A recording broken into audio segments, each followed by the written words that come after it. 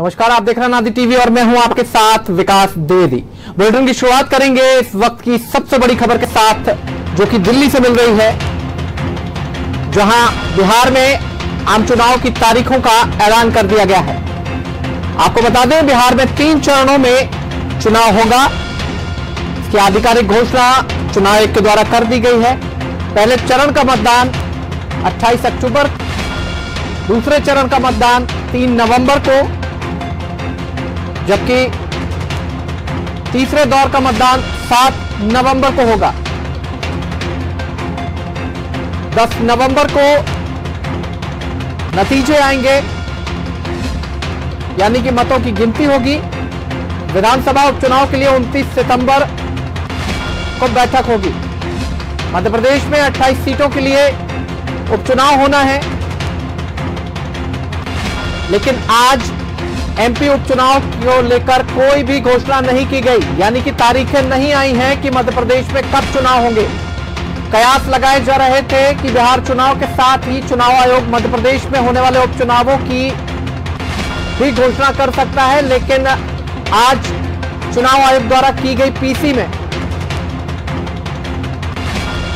PC को में किसी भी तरह का घोषणा नहीं की गई कि मध्य प्रदेश में कब चुनाव होने वाले हैं। और आइए सीधे रुख करेंगे हमारे विशेष संवाददाता आशीष मंगल सोनी का, जो न्यूज रूम से हमारे साथ लाइव जुड़े हुए हैं। आशीष, जिस तरह से कयास लगाए जा रहे थे लंबे समय से कि बिहार विधानसभा के जो चुनाव होने हैं उनकी जो भी तारीखें तय होंगी, उसके साथ ही मध्य प्रदेश में चुनाव की तारीखें स्पष्ट हो जाएंगी, लेकिन आज जब चुनाव आयोग ने पीसी की है और उसके बाद जो तारीखें निकल करके आई हैं विधानसभा बिहार की जो है, उसके तो तमाम तारीखें घोषित कर दी गई हैं, लेकिन इसके साथ ही मध्य प्रदेश में अभी भी तस्वीर स्पष्ट नहीं हो पाई है। क्या कुछ कहेंगे? बिल्कुल, ये उम्मीद लगाई जा रही थी विकास कि बिहार विधानसभा चुनाव की तारीखों के ऐलान के साथ ही उपचुनाव की तारीखों का ऐलान भी किया जा सकेगा, लेकिन आज जो भारत निर्वाचन आयोग ने प्रेस कॉन्फ्रेंस की उसमें बिहार के चुनाव की तारीखों का ऐलान किया, जो 3 चरणों में चुनाव होने जा रहे हैं। 71 सीटों, 16 जिले की 71 सीटों पर जो चुनाव होंगे वो 28 अक्टूबर को वोट डाले जाएंगे। दूसरे चरण में 3 नवंबर को 17 जिले की 94 सीटों पर और 7 नवंबर को 15 जिले की 78 विधानसभा सीटों पर, ऐसे 3 चरणों में बिहार में चुनाव होंगे। लेकिन मध्य प्रदेश की 28 सीटें और छत्तीसगढ़ की 1 सीट, यहाँ जहां पर उपचुनाव होना है, इनकी तारीखों का ऐलान नहीं किया गया है। संभवतः 29 सितंबर को जो बैठक के बाद चुनाव आयोग इस पर फैसला ले सकेगा। इसके बीच में जो जानकारी निकलकर सामने आ रही है, जिस तरह से चुनाव आयोग का रुख था, चुनाव आयोग का साफ तौर पर कहना था कि कोरोना संकट काल के बाद ये पहला चुनाव है, इसमें पूरी तरीके से तैयारी कर ली गई है। Sanitiser, hand gloves, face shield, mask जो हैं उनकी तैयारी पूरी कर ली गई है। मतदान के समय में इजाफा किया गया है, सुबह 7 बजे से शाम 6 बजे तक होगा और मध्य प्रदेश की परिस्थितियां जो है उसको लेकर बैठक की जानी है। इसके लिए हमारे साथ हमारे न्यूज हेड रत्नाकर त्रिपाठी जी भी हमारे साथ मौजूद हैं, हम उन्हीं से जानते हैं। सर, उम्मीद लगाई जा रही थी कि बिहार विधानसभा चुनाव में तारीखों का जो ऐलान होगा उसी के साथ उपचुनाव की तारीखों का ऐलान कर दिया जाएगा, लेकिन चुनाव आयोग ने साफ तौर पर कहा कि 29 सितंबर को बैठक है, उसके बाद फैसला लिया जाएगा। ये देखिए आशीष, इसमें सबसे महत्वपूर्ण फैक्टर ये है कि कोरोना काल है और इलेक्शन को लेकर कई तरीके के ऐसे मेजर्स लेने पड़ रहे हैं जो पहले कभी जिनकी ज़रूरत नहीं पड़ती थी। जैसे आप बताया आपने कि मतदान के समय में इजाफा किया गया है, वोटर्स की बूथ पर संख्या को लेकर भी कई नए निर्णय लिए गए, तो उन चीज़ों के आलोक में, उनके अकॉर्डेंस में जब आपको व्यवस्थाएं करनी होती हैं तो आप एक साथ बहुत व्यापक पैमाने पर घोषणाएं नहीं कर सकते हैं,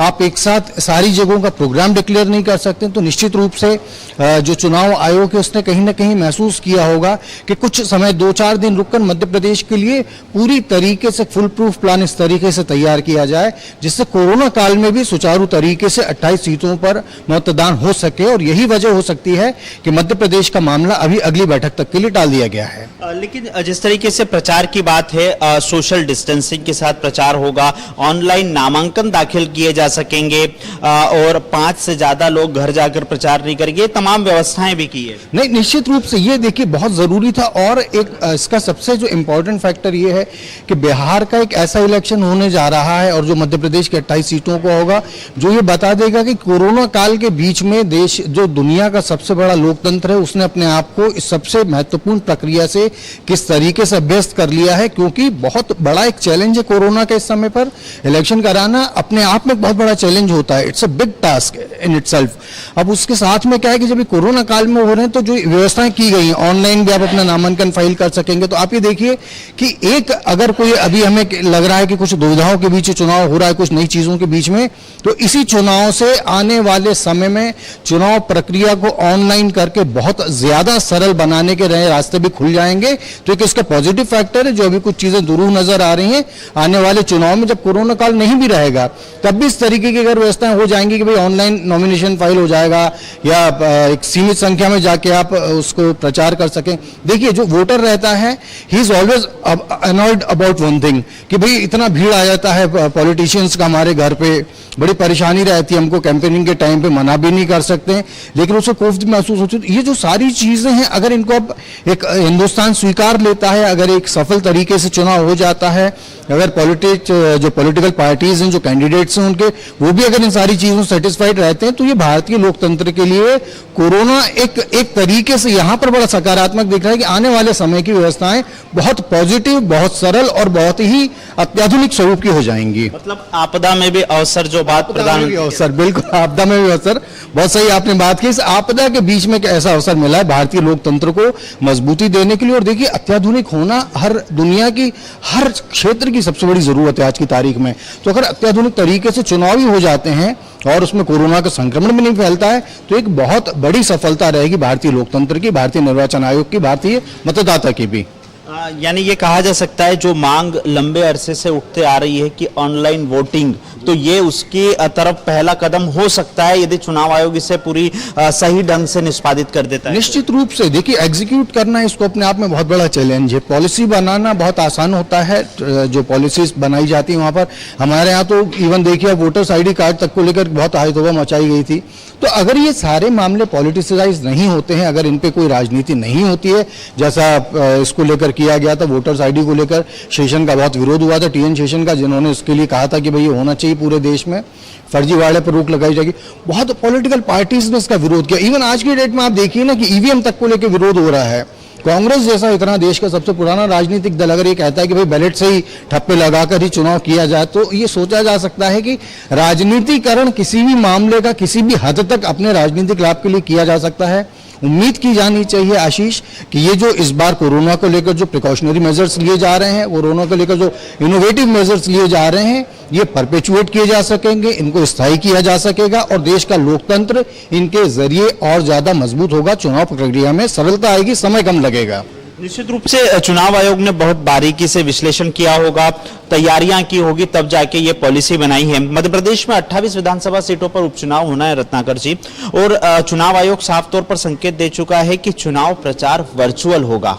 जी हाँ, देखिए अब आप इसका एक और फैक्टर देखिए, चुनाव प्रचार वर्चुअल होना बहुत ज़्यादा ज़रूरी इसलिए क्योंकि अभी तो चुनाव प्रचार मध्य प्रदेश में शुरू नहीं हुआ और 30 से ज़्यादा एमएलए हमारे जो हैं वो इन्फेक्ट हो चुके हैं कोरोना से। अपने क्षेत्र में गए, लोगों से मिले, ज़रूरत है उनकी, अपने इलाके में जाना, अपने कार्यालय में लोगों से मुलाकात करना उनकी ज़रूरत बन जाती है। अब आप ऐसे समय में आशीष एक फैक्टर ध्यान में रखिए कि अगर आप प्रचार के लिए निकलते हैं, अभी आप 100 लोगों के बीच में अगर आपको कोरोना हो गया, प्रचार के लिए आप एक रोज में हजारों लोगों से आपको मिलना पड़ता है, उनसे 1-to-1 संवाद करना पड़ता है, उन्हें कन्विंस करना पड़ता है, कई लोगों को हक करना पड़ता है, कई लोगों के पैर छूने पड़ते हैं। मेरा मतलब यह कि सोशल डिस्टेंसिंग के तमाम जो बहुत जरूरियात हैं उनका इसको चुनाव के समय इसका पालन कर पाना नामुमकिन हो जाता है। ऐसे में अगर वर्चुअल तरीके से प्रचार होता है तो निश्चित रूप से कोरोना के संक्रमण के रुकने की भी संभावना बढ़ेगी, जो कि अभी हमारे देश में हम ये देख रहे हैं कि इसका जो डेथ टोल है, जो डेथ का परसेंटेज है वो कम हो रहा है, लेकिन इस पर अभी पूरी तरीके से काबू नहीं पाया जा सका है। तो ये बहुत ही अच्छी पहल है, वर्चुअल आप लोगों से मिलिए। आज इंटरनेट का युग है, आप गाँव गाँव में चले जाइए, छोटे से छोटा आदमी के पास आपको स्मार्टफोन दिखता है, तो आप टेक्नोलॉजी का जितना ज्यादा फायदा इस समय में उठा सकते हैं आपको उठाना चाहिए। जैसा मैंने पहले भी कहा है कि अगर ये व्यवस्था स्थायी हो जाती है तो भारतीय लोकतंत्र के लिए इससे अच्छा और कोई मौका हो ही नहीं सकता है। बिहार विधानसभा चुनाव 3 चरणों में होना है। आपने देखा कि नवरात्र, विजयादशमी और दीपावली को ध्यान में रखते हुए चुनाव आयोग ने तारीखों का ऐलान किया। क्या उम्मीद है कि बिहार विधानसभा के तीसरे चरण के मतदान के साथ ही मध्य प्रदेश में क्या संभावित हैं उपचुनाव की तारीख? निश्चित रूप से बिहार के जो आपने तीसरे फेज की बात की उसके आसपास ही मध्य प्रदेश में तय बात है, क्योंकि देखिए चुनाव आयोग इस इशू को टाल नहीं सकता। अगर आप एक पूरी स्टेट के इलेक्शंस करवा रहे हैं even during the period of corona, so अगर आपको 28 सीट्स पर ही जाना है तो फिर that's not a big task.